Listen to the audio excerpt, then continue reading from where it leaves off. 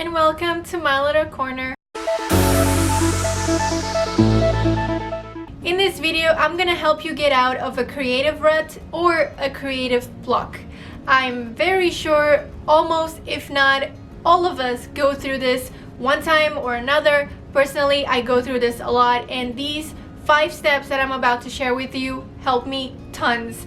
So I really hope this video will be helpful, and without any further ado, let's get started. Tip number 1 is to not panic. No matter what happens, do not panic.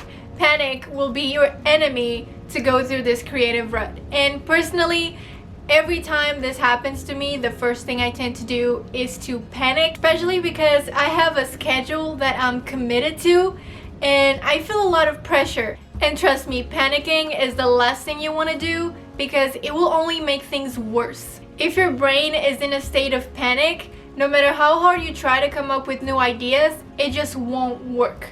Your panic will just block any kind of new ideas that you might eventually come up with. So if you catch yourself panicking, then stop, take a deep breath. Remember that it's perfectly normal, everyone goes through this, and just relax. Tip number 2 is to change your environment. If your creative juices are not flowing, then don't waste your time just staring at your computer or a blank page, just hoping and just wasting your time trying to come up with an idea.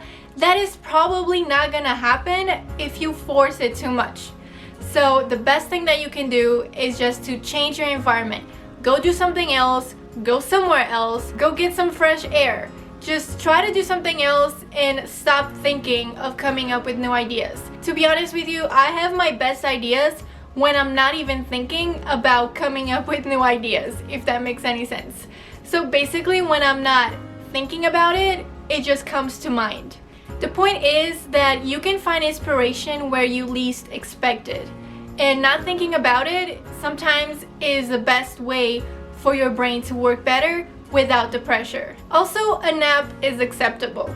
And just an inside secret, when I go to sleep, my mind just runs like crazy and it just overworks, and I think of all kinds of things. And sometimes I come up with ideas at that time. So it would also be a good idea, if you're like me, to keep some kind of notebook or notepad right beside your bed, so that if you do come up with a new idea while you're trying to sleep, then you should write it down before you actually fall asleep so you don't forget the next morning, which also happens a lot with me.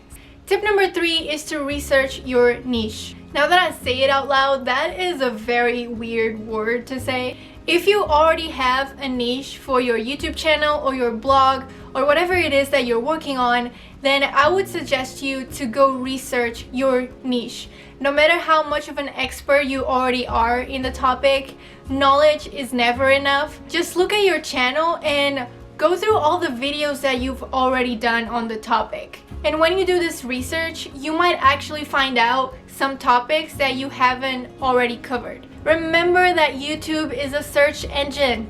So use the YouTube search bar to put a few keywords on your topic, and then YouTube will show you a list of the things that people are searching for the most. Tip number 4 is to consume other people's content. So if you're looking for inspiration, it's always a good idea to watch other people's videos, read other people's blogs to get inspiration. I also like to go on Pinterest and look up a bunch of new video ideas, but just be careful to get inspired by it, but do not steal it. And finally, tip number 5 is to reevaluate your passion. So stop and think about why you started this in the first place.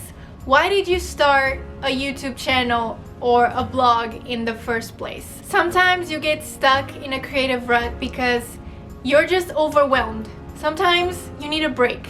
You need to think about why you started this in the first place. Get in touch with the passion that you once had that made you start.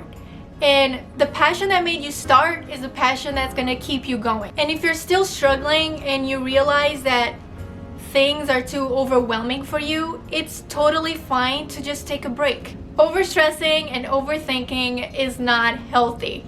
So just remember to keep a balanced life and take care of your mental health. Creative ruts suck, and unfortunately, at least for me, it happens all the time. But these tips definitely help me a lot, and I really hope that they help you too.